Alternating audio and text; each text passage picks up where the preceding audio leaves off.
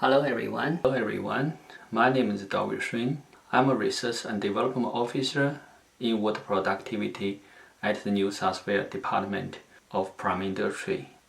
I'm about to present the research topic of improving water productivity in the Australia cotton industry, mapping the challenge for systemic intervention. Basically, I'm going to share how to use system thinking approach to unlock the complexity and the dynamics of water productivity issue. To demonstrate how system thinking can help in improving water productivity in the Australia cotton industry. This is one of the 4 presentations drawn from the benchmarking water productivity project that were present to 2019 Cotton Science Research Conference at Armidale, New South Wales.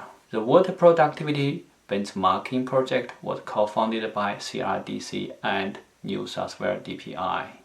The structure of this presentation consists of the following 4 sections. Firstly, we talk about water issue in the Australia cotton industry. Then we briefly talk about what is system thinking. In the third section, we use an example to demonstrate how system thinking can uncover the complexity and the dynamics of the water productivity issue. Finally, a brief summary of taking away messages from this presentation. Why the water issue? This is because water has become the most limiting resource to the Australia agriculture. In the meantime, cotton is one of the dominant irrigated crop. For these reasons, cotton business are under continuous pressure to justify their water use. Probably it's safe to say water is the most important factor that is associated with social license of Australia cotton industry. The nature of the water productivity issue is actually very complex, dynamic, and challenging. Considering water productivity being an issue, it's embedded in a dynamic natural, social, and economic environment. Many factors affect water productivity issue. For example, the weather, technology advancement, the financial situation of the business, government policy and regulations, environmental flow requirement, competitive usage of water among different industries, public opinion on the cotton industry, capability of the business personnel, even the industry culture that will affect water productivity. There are many more factors affect water productivity issue. Considering all the factors are continuously changing, the complexity and the dynamics of the water productivity issue is not hard to understand at all. Why system thinking? Research revealed that traditional linear thinking, along with analytical analysis, are incapable to address issues that are characterized with complexity and dynamics. System approaches were developed to address the incapability of traditional non-system-based research methods. Research also proved that system approaches are in a much better position to address complexity and dynamics issue. This is because system approaches are designed to ensure a holistic perspective to uncover the complexity of the studied issue by embracing their dynamic nature. Systems approach also paved the way to identify systemic interventions. Now, what is system thinking? There are many different definitions of system thinking. However, all the definitions of the system thinking share some of the common characters.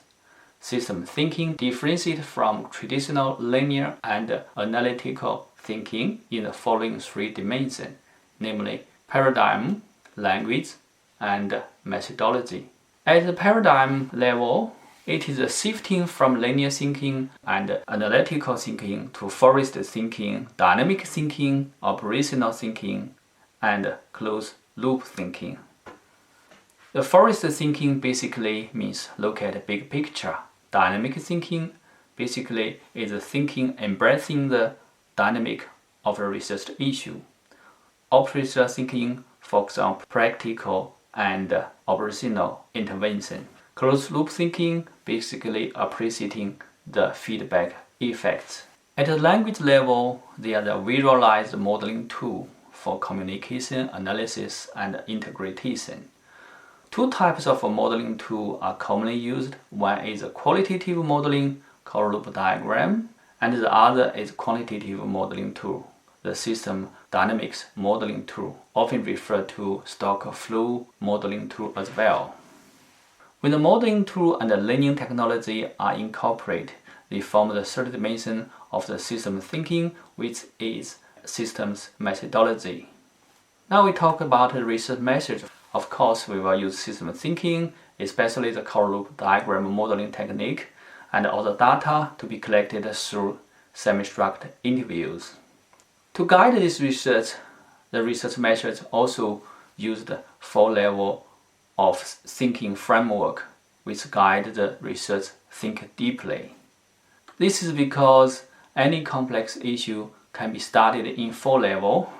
The event level, basically the symptoms, pattern level, or the events over a period of time can show different pattern, is system structure, that is analyze the pattern of the event.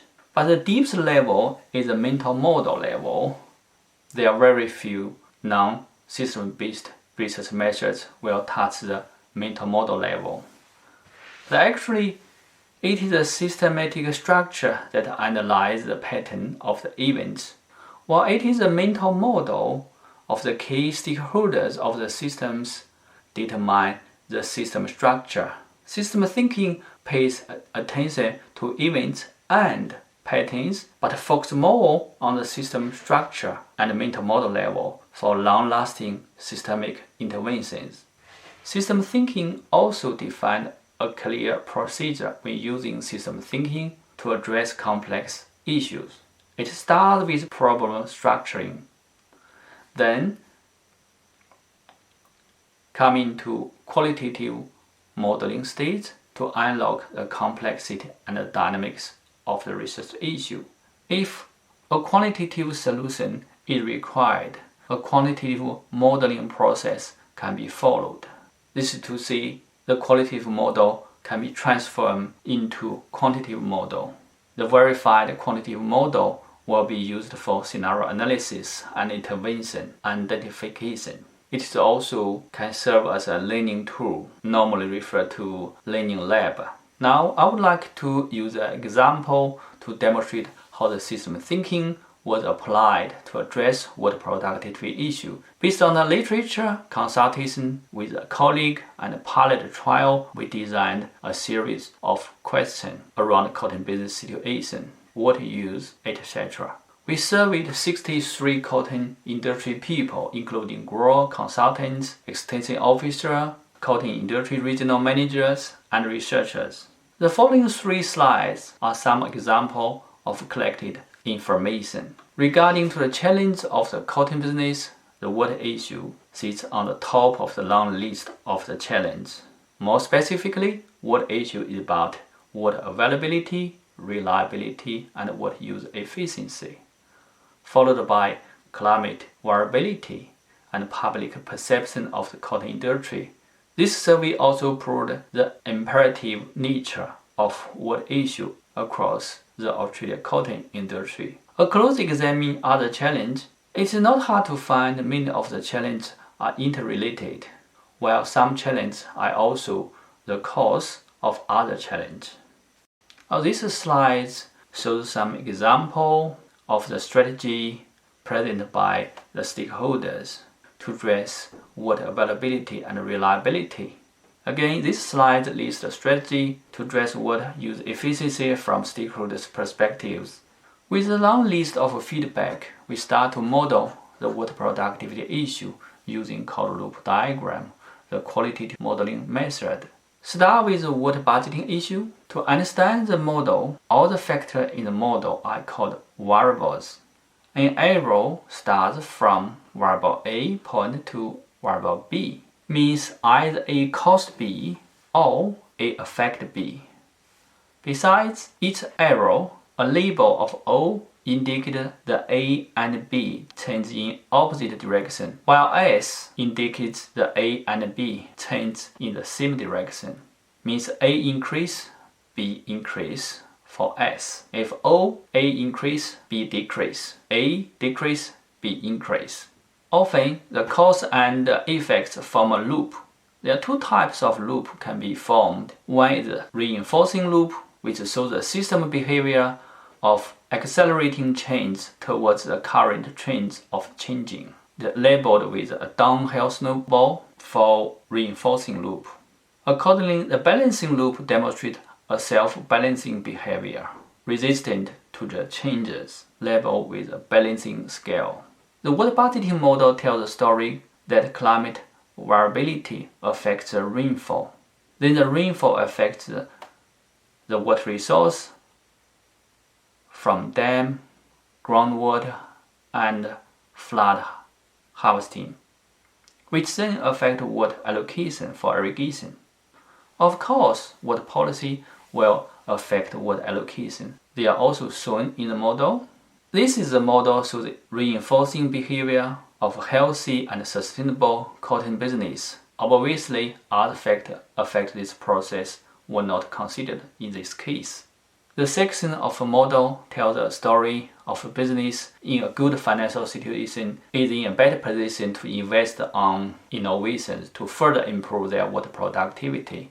Through improving water use efficiency, this leads to better business profit and high level of capability to further invest on related innovations. This is the ideal state. When other factors are taken into consideration, its dynamic and behavior will change accordingly. The change will be demonstrated in some of the next slides. This is another section of the model which tells the story of innovation adoption is balanced by innovation risks. To accelerate innovation adoption, the innovation risk should be firstly minimized. This model tells the story of a business addressing challenge through innovation. The low part of the model is a reinforcing loop. Tells story of improving water use efficiency leads to expanding the planting area of crops. In return, the expanded planting area means more business profit that drives further water use efficiency improvement. The upper part of the model tells a story that innovation adoption process itself sits in a balancing loop. The nature of the system structure, being a balancing loop, requires efforts and inputs to make the innovation adoption happening. The model tells a story of business profit and cost of production are embedded in the same balancing loop. To achieve improved business profit, the counterbalance force from the loop must be minimized. So far, we haven't really shown the value of the system thinking. The intention to demonstrate model issue by issue is for easy interpretation. Now, it's time to integrate all the sections into a whole to reveal a whole picture of the water productivity issue. When all model sections are put together through common variables, this is a whole model. Obviously, the water issue is indeed very complex, not only due to the interaction of the different factors, but also the dynamic of the system loop, either reinforcing or balancing. You're probably wondering how it happened. This is how. The water budgeting section you can see here. This is a section of business profit and cost of production. This is the ideal business situation section. This is achieving business profit through targeting yield. All the data we collected support this argument, but it was not shown in previous slides. I reckon some of us may be wondering, are these all the key values of system thinking? No, the value of system thinking in addressing complex water productive issues are just beginning. Because the combination among system loops from different system archetypes. Identifying system archetypes is a key to further understand system behavior. System archetypes are generic systemic structure. They indicate system behavior in a qualitative way and also implies where the leverage points are for systemic intervention, the long-lasting and effective interventions. In this slide, it shows a limited to a gross systems archetype. Achieving expanded cropping area through water use efficiency improvement limited by innovation adoption. In this archetype shows a healthy and sustainable business is limited by suitable innovation regarding water productivity improvement. This is another limit to the growth system archetypes. Again, this is a healthy and sustainable business is limited by innovation risks. Another limited to the growth system archetype. In this section, a healthy and sustainable business is limited by cost of production, limited to the growth archetype again. Improving business profit through achieving increased yield is also limited by cost of production, limit to the growth again. They are just some examples of system structure. In this case, all the archetypes are limits to the growth. Now it's time to summarize the key messages of this presentation. Firstly, as we have already demonstrated, the system thinking did ensure a holistic view when we study water productivity issue. Also, when we use system thinking to examine water productivity issue, we pay attention to analysis. We pay more attention to integration. System thinking unlocked the complexity and dynamics of water productivity issue by showing the dynamics through feedback loops and system structure, system archetypes. Our data also strongly support the Australian cotton business have been striving to improve their water productivity and demonstrate their water stewardship, but unfortunately I don't have time to show that in my previous slides. If my presentation doesn't make sense to you, then it demonstrates that system thinking is an effective tool to develop a shared understanding among the stakeholders with simple, common visual language. Now, what's the next step? Recall the system thinking procedure. This presentation only reports the first two steps.